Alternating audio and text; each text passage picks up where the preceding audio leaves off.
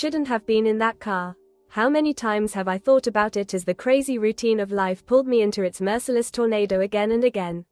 I'm Monica. I'm used to everything around me moving too fast, but maybe on this particular night I was willing to take a risk for a spark that could ignite life in me. If you only knew what it feels like to miss the moment when you feel like you're disappearing into the shadows of the usual hustle and bustle. Tired from work, I booked a ride. Sitting in the back seat, I could feel the tension building up in my head, as if someone was pumping my head full of oxygen, ready to burst.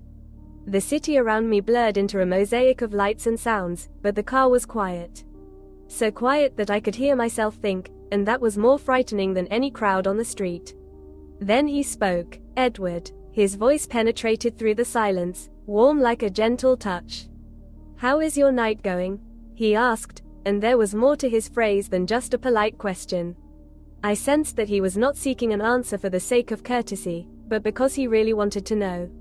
Could you understand how I felt at that moment? It was as if he was able to catch my tiredness and a little light broke through my mundane routine. After telling him about my work in marketing, I suddenly realized that sharing this with a stranger wasn't scary at all. I don't know why, that candor, that moment when our gazes crossed in the rearview mirror, broke the inaudible shackles. He nodded, and I saw in his eyes a reflection of the same fatigue that was in me, a fatigue with a world that was spinning too fast for us to breathe in peace. With every turn of the road, passing blurry lights and shadows, we had an invisible connection.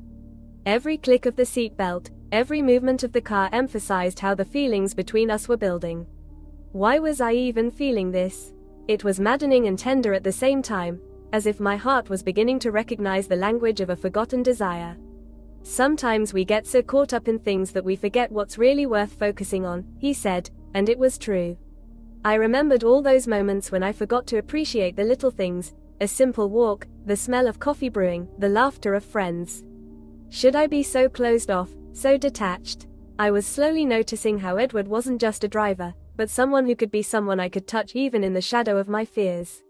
I was almost out of breath when, in the sudden rush of the car coming to a stop, I felt his gaze on me. He was looking at me as if he knew all my secrets. How could I have so easily caught that moment, fleeting but so meaningful? We both realized there was more going on than just a ride. Maybe words would have been unnecessary, but an inner voice whispered to me that I had to take the risk. It was scary and yet joyful at the same time to step away from the familiar paths and step into the unknown. I felt myself discovering my desires, and that untold spark ignited a fire in me. Was I really ready to leave behind my boring life for the unknown? In this closeness, in this silence, amidst the usual city noise, there was suddenly a magical silence. It wasn't intimidating, but flowed into me like the calm before the storm. And then, when Edward said, "You're running from something," it was like a blow.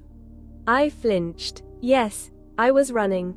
Running from my routine, from my convoluted obligations, from the expectations of the world.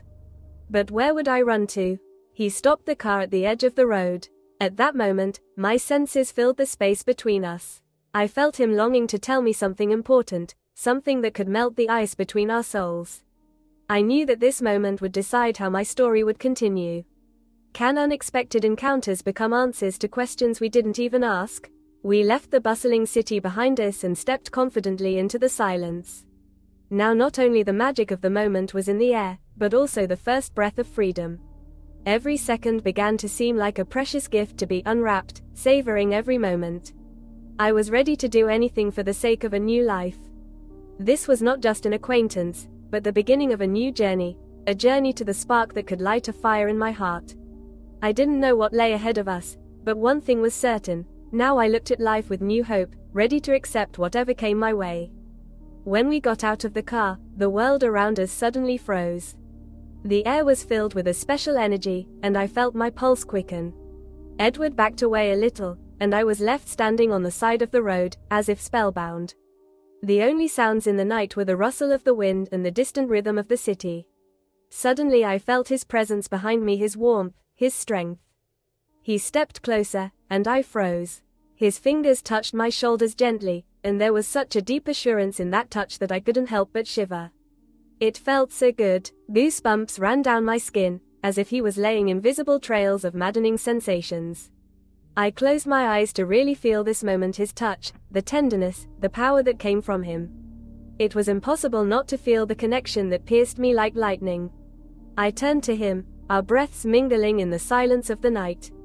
He looked at me with such a complex mixture of emotions, tenderness and passion, understanding and genuine desire. I could feel the scales of my own doubts tipping toward yes in his confidence. There was nothing extra between us at that moment, just him, just me, and this endless attraction. I started to stare at him, his muscles that showed under the thin fabric of his t-shirt, his silhouette that stood out against the dark sky. He was beautiful, and the moment drove me crazy. The smell of his skin was like melted milk doomed to endless happiness, sweet and comforting, that filled me with warmth and tenderness. I could melt into him, forgetting everything in the world. Every breath she took was filled with the scent of that evening, fresh, slightly tart, a harbinger of something extraordinary. I was afraid to move, afraid to disturb this perfect moment, when his hands still rested softly on my shoulders. He leaned closer, and his breath touched my skin. I closed my eyes, full of anticipation and all-consuming happiness. Suddenly, he pulled away a little, and our connection only grew stronger because of that slightest bit of distance. I opened my eyes and looked into his face. It was all there: determination, tenderness, and fear. I felt the fire inside of me, and my heart beat faster. We both knew that this moment was the one when everything changed. His hand slid slowly along my shoulder, reaching for my cheek. I felt the warmth of his palm, and as he touched me gently, it was as if I was realizing for the first time in my life what it was to be truly desired.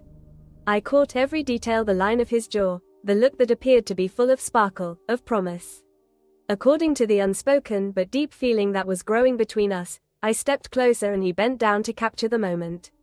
Our connection, full of silent passion, grew stronger and stronger, and it was no longer possible to say anything extra. Words would have been a cowardly interference in this magic.